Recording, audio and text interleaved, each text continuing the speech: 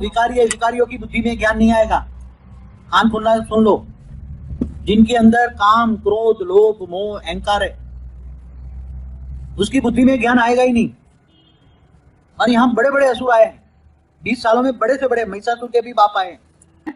बाप के अलावा किसी का ज्ञान नहीं सुनना है, किसी को फोन नहीं करना है।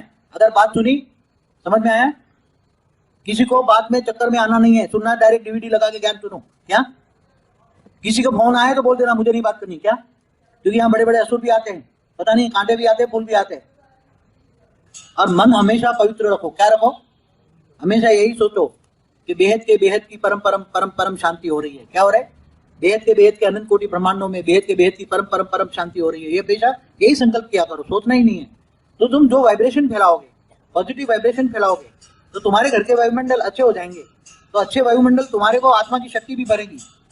विकारों से होता है विनाश, प्योरिटी से होती है स्थापना। समझ में आई? पवित्रता ही सुख शांति की जननी है।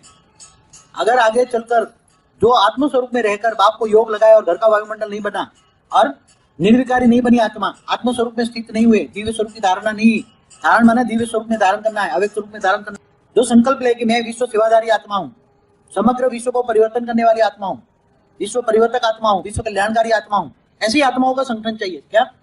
स्व परिवर्तन ही विश्व परिवर्तन है। किसी के प्रभाव में नहीं आना। समझ में आए? यहाँ कांटे भी आते, फूल भी आते हैं।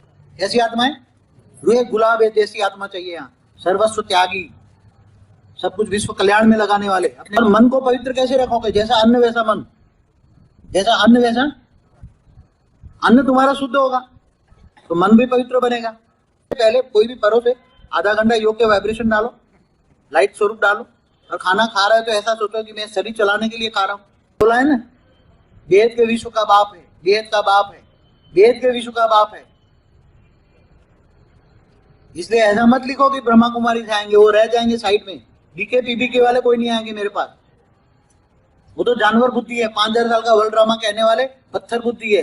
बेहद का ड्रामा है 5000 साल का वर्ल्ड ड्रामा। धरती पर स्वर्ग होगा, ये मृत्यु लोग को कहते हैं स्वर्ग होगा 5 तत्वों में।